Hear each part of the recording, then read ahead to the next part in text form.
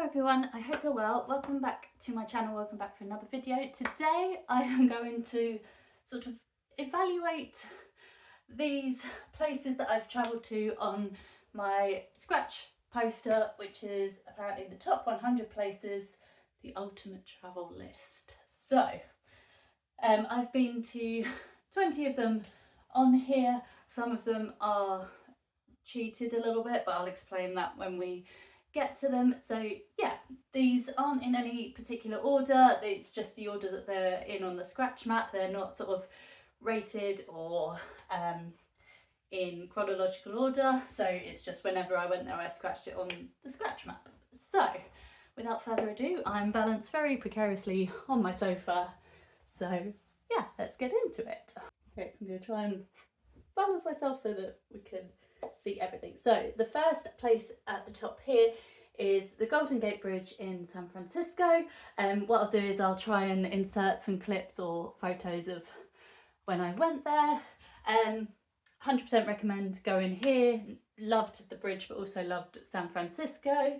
So you can walk across the bridge for free in the pedestrian lane. Obviously there's lots of traffic on the road, but then also on the pedestrian lane you also have cyclists to watch out for. It's not very organised, you just sort of make your way along hoping that you don't get run over. Another thing I'd recommend with the Golden Gate Bridge is to do one of the catamaran tours that takes you underneath it. That was really good and probably the highlight of my time in San Francisco. So would I put this on the top 100 places? Yes, definitely. The next place that I've scratched off is the Las Vegas Strip, obviously in Las Vegas. I've done Las Vegas twice. Both times were not intentional, but as in it wasn't somewhere that I wanted to go. It's because it went there as part of a tour group. I'm glad that I've been, but it's not somewhere that I am itching to go back to, so not sure I'd put it on the top 100 places list, but I can see why it's there. It's a place that kind of needs to be seen, but also once you've done it, it's done. Okay, next place is the Acropolis of Athens in Greece. If you've been here on my channel for a while, you know I love Greece. I love Greek mythology, I love Greek history, so absolutely loved this. It is obviously in ruins, so you sort of have to imagine what it used to be like in its heyday, but it's very interesting and yeah, well worth a visit. It does get very hot, especially in the summer, so I went in October and it was still very warm, so yeah, consider travelling off season if you're going here. Definitely one for the top 100 places list. Next one, the Great Barrier Reef in Australia. Again, tick, tick, tick, tick, tick, well worth a visit, although highly recommend taking seasickness tablets even if you don't get seasick. I'm one of those people that doesn't get seasick, but I did on this. I'm not sure what it was, whether it was because it was a catamaran, because I'd never been on a catamaran before, but it was a different type of boat to I was used to. It wasn't overly choppy. So yeah, don't know what it was that made me seasick, but it meant that I only did one of the snorkeling sessions, which was cool, but on the second snorkeling session I think they took us to a better site and that's where all the turtles were, and I missed out on that. And I always go on about this because I'm still not over the fact that I missed seeing a turtle. But yes, absolutely, tick, tick, tick for the top 100 places. Next place is Stonehenge in England. I went here when I was about 9 or 10 with my mum and dad. I'll see if I can find a photo to put up, and I don't think my 9 or 10-year-old self sort of appreciated what Stonehenge is or the significance of it. And now whenever I see this, it's because I'm stuck in traffic on the road that goes past Stonehenge. So I'm not sure if I'd put this on the top 100 places, but I get its cultural significance in England. Okay, the next one is a bit of a cheat. So the next one is Bora Bora. Now, I haven't actually been to Bora Bora, but I have been to the Maldives. So I thought they're kind of one and the same-ish in that it's got overwater bungalows. Absolutely loved the Maldives and staying in a villa. It was just the height of luxury, and yeah, I'd love to go back, but whether I do or not is financially dependent, or as in if my finances allow it. So yeah, not only was the villas, or were the villas amazing, but sort of just chilling out and doing nothing, snorkeling, lying on the beach and just sort of experiencing all-inclusiveness was amazing. Okay. Next thing, Statue of Liberty in New York. Tick, definitely. Sort of obviously the symbol of freedom and liberty that it means sort of culturally, but also it is quite impressive. So yeah, highly recommend the Statue of Liberty, but go early. We got on the boat about 8:30 in the morning, whatever the first ferry is to Staten Island, and yeah, highly recommend that, because then when we got off the boat at about 12:01ish, the queues were miles long. So yes, definitely go early for that one. Next one is Monument Valley. So I visited here as part of a tour group along with some other places that I've scratched off. So yeah, the reason I wanted to go here was because it's in Forrest Gump. Yeah, if it's in a film that I like, I will want to go and see it. But it was really cool. We not only are the sights amazing, but we did sort of a Jeep tour, which was really good fun. So yeah, the whole thing was amazing. Next place is Yosemite National Park in California. Really like this place, and it's the place where I've decided that the beach is not my favourite place, but mountains, streams, rivers, national parks are.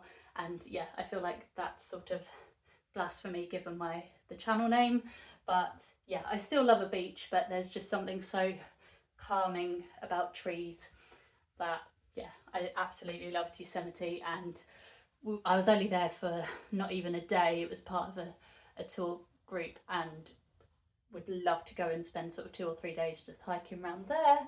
So definitely put that on the top 100 places. Next is Santorini in Greece. So they've got the famous blue domes here. As previously said, I love Greece, and Santorini was somewhere that sort of interested me because of the buildings on the, like, built into the cliffside, and there is an amazing walk from Thera, which is the capital. It's not a city, it's a town. Yeah, and it's about a 10-kilometre walk from Thera up to Ia, which is where the blue domes are. That walk was amazing. However, the rest of Santorini, I wasn't a big fan, so I probably wouldn't put it on here as the top 100 places. I think there's much better places in Greece to visit, that's less crowded, less overpriced and less overhyped. Next one, Niagara Falls. Another big tick for this one. It was absolutely amazing, and we went on the Hornblower boat ride, which sort of takes you right up to the falls, and you get very wet, very soaked, but it's absolutely worth it in your very fetching poncho that you have to wear. So yeah, definitely put this on here. Next place is the Canals of Venice. Again, the reason I wanted to go to Venice was because of Indiana Jones and the Last Crusade, when he goes to Venice and they go into the church that's the library. So I wanted to go and see that. But also the rest of Venice was amazing. I was only there for just over 24 hours, and that was actually enough to sort of see everything, sort of wander along the canal streets, visit all the top attractions. So don't know if it would go on the top 100 places, but it is beautiful and yeah, well worth a visit. Again, this next one is a bit of a cheat.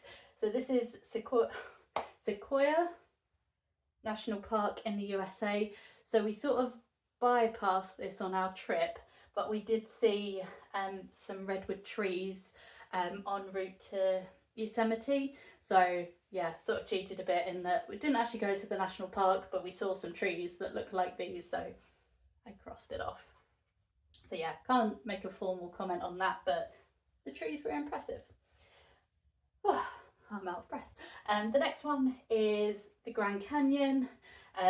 Yes, big tick, definitely worth going on the list. So managed to see sunrise and sunset there.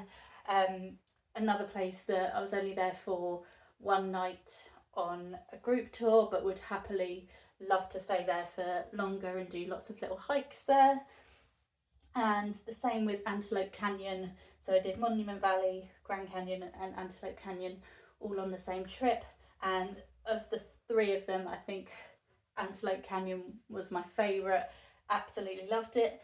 Again, cultural reference. The main reason I wanted to go there is because it's in Britney Spears's I'm Not a Girl, Not Yet a Woman video.